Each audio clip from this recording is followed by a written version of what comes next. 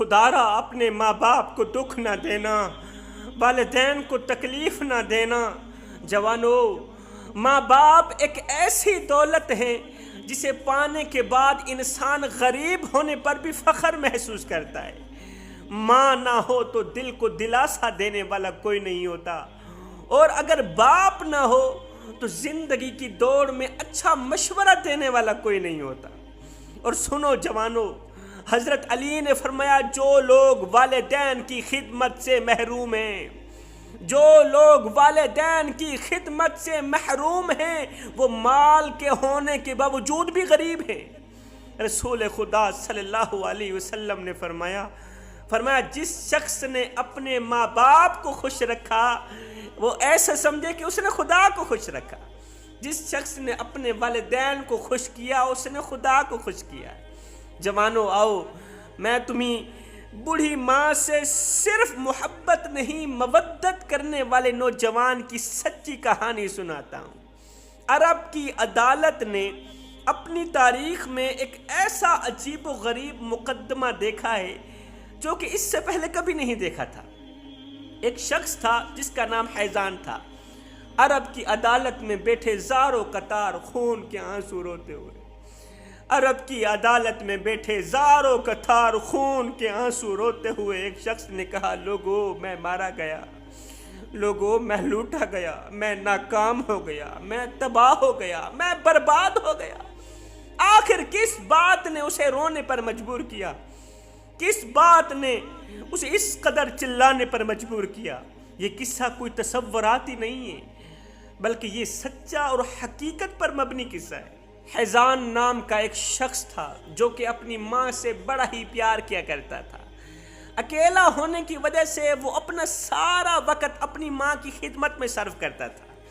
وہ ماں سے بڑا ہی پیار کرتا تھا، ماں سے بڑی محبت کیا کرتا تھا۔ یہ ماں بوڑھی اور ایک لاچار عورت تھی جو کہ بڑی امیر بھی نہیں تھی، غریب ہی غریب، جس کی ملکیت میں پتل کی ایک انگوٹھی تھی، بس اتنی امیر تھی۔ سب کچھ ٹھیک جا رہا تھا، اس کی زندگی ماں کی خدمت کر رہا تھا، سب کچھ ٹھیک جا رہا تھا۔ ایک دن دوسرے شہر میں رہنے والے چھوٹے بھائی نے آ کر مطالبہ کیا کہ میں ماں کو ساتھ اپنے گھر میں لے جانا چاہتا تاکہ وہ میرے شہر میں میرے خاندان کے ساتھ بھی رہے۔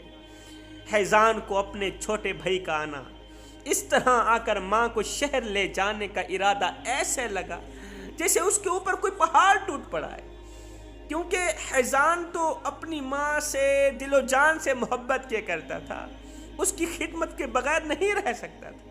اس نے اپنے چھوٹے بھائی کو سختی سے منع کیا کہ وہ ایسا ہرگز نہیں ہونے دے۔ چھوٹے بھائی کو کہنے لگا میرے بھائی، الحمدللہ میرے اندر اتنی ہمت ہے کہ میں اپنی ماں کی مکمل دیکھ بھال کر سکتا ہوں۔ دونوں بھائیوں کے درمیان جب تکرار زیادہ بڑھا، چھوٹا بھائی کہتا ہے میں اپنی ماں کی خدمت کرنا چاہتا ہوں، بڑا بھائی کہتا ہے میں پہلے سے کر رہا ہوں، میں ابھی تک تھکا نہیں ہوں۔ جب لڑائی زیادہ بڑھی، جب تکرار زیادہ بڑھا تو معاملہ عدالت میں چلا گیا۔ دونوں بھائیوں نے اپنا اپنا موقف پیش کیا۔ عدالت پیشیوں پر پیشیاں دینے کے بعد حتمی نتیجے پر پہنچی۔ مقدمے کی طوالت سے تنگ آ کر عدالت کہنے لگی آئندہ والی پیشی میں اپنی ماں کو بھی ساتھ لے کر آنا۔ جب مقدمے کی طوالت سے تنگ آئی نا تو عدالت نے دونوں بھائیوں کو مخاطب کر کے کہا کہ آئندہ والی پیشی میں اپنی ماں کو بھی ساتھ لے کر آنا، تمہارا مقدمہ ختم کرتے، حتمی فیصلہ کرتے۔ اگلی پیشی پر یہ دونوں بھائی اپنی ماں کو ساتھ لے کر عدالت پہنچے۔ ماں کیا تھی؟ محض ہڈیوں کا ایک ڈھانچہ تھی۔ اللہ اکبر، ہڈیوں کا ایک ڈھانچہ تھی۔ قاضی صاحب نے بڑھیا سے پوچھا بڑھیا کیا تو جانتی ہے کہ تیرے دونوں بیٹوں کے درمیان خدمت کا تنازع چل رہا ہے، دونوں چاہتے ہیں کہ دونوں آپ کو اپنے پاس رکھیں، ایسی صورتحال میں آپ کس کے ساتھ رہنا پسند کریں گے؟ بڑھیا نے کہا میں جانتی تو ہوں مگر اس بارے میں کچھ نہیں بتا سکتی، اس لیے کہ یہ دونوں میری آنکھوں کے تارے ہیں، دونوں میرے بیٹے ہیں، دونوں اپنی اپنی جگہ پہ مجھے پیارے ہیں، میں کسی کی سائڈ نہیں لے سکتی۔ اب عدالت نے کیا کیا، چھوٹے بھائی کی جو بہت ہی زیادہ امیر تھا بڑے بھائی سے، چھوٹے بھائی کی مالی حالت کو مد نظر رکھتے ہوئے چونکہ حیزان کا چھوٹا بھائی امیر تھا اور حیزان غریب تھا، عدالت نے مقدمے کا فیصلہ چھوٹے بھائی کے حق میں کر دیا۔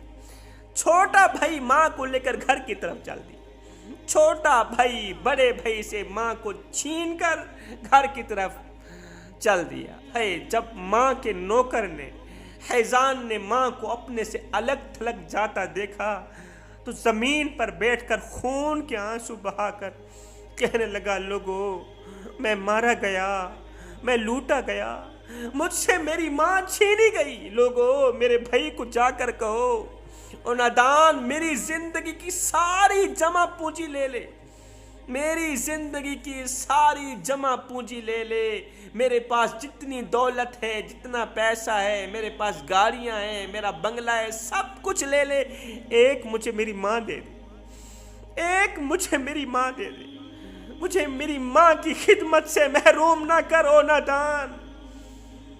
یہ وجہ تھی اس قدر دھانے مار مار کے رونے کی جوانوں۔ ہائے کتنے قیمتی تھے یہ آنسو۔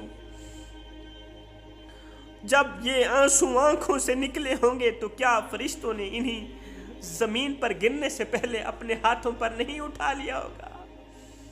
ماں کی دعا انسان کو عزت کے فرش سے اٹھا کر خدا کے عرش تک لے جاتی ہے۔ اور سنو جوانوں، عبادت اس مقام تک نہیں پہنچاتی، نماز، روزہ، حج، زکوٰۃ اس مقام تک نہیں پہنچا سکتے جہاں بوڑھے والدین کی خدمت پہنچا سکتی ہے۔ حضرت امام باقر رضی اللہ تعالیٰ عنہ نے فرمایا 3 چیزیں ایسی ہیں جنہیں ترک کرنے کی اللہ تعالیٰ نے کسی کو بھی اجازت نہیں دی۔ 3 چیزیں ایسی ہیں جنہیں ترک کرنے کی اللہ تعالیٰ نے کسی کو بھی اجازت نہیں دی۔ نمبر 1، امانت ادا کرنا چاہیے۔ امانت ہر حال میں ادا کرنا چاہیے، نیک شخص کی ہو یا برے شخص کی ہو، امانت امانت ہی ہوتی۔ فرمایا نمبر 2، وعدہ کرو پورا کرو، وعدہ پورا کرنا چاہیے۔ فرمایا نمبر 3، اپنے بوڑھے والدین کے ساتھ نیکی کرنی چاہیے، خواہ وہ نیک و صالح ہوں یا نہ ہوں، خواہ وہ نیک ہوں یا وہ بد ہوں، وہ نیک ہوں یا گنہگار ہوں، بدکار ہوں، سیاکار ہوں، ماں باپ تو ماں باپ ہی ہوتے ہیں نا۔ والدین کے ساتھ نیکی کرنی چاہیے۔ جب بھی ماں کا لفظ منہ سے نکلتا ہے جوانوں تو ایسے لگتا ہے جیسے ساری دنیا کی محبت ہمارے آس پاس بکھر گئی، ایسے نہیں لگتا؟ جیسے کڑی دھوپ میں سایہ مل گیا، ایسے لگتا ہے کہ جیسے ہر مشکل سے آزادی مل گئی۔ جب ہم نے دنیا میں آنکھ کھولی تو جس ہستی نے ہمیں سب سے پہلے گلے لگایا اور ہماری پیشانی پر محبت بھرا بوسہ دیا، سب سے پہلے جس ہستی نے، وہ ہستی کوئی اور نہیں ہے، وہ ماں ہے۔ اس کے بعد جب ہم تھوڑے بڑے ہوئے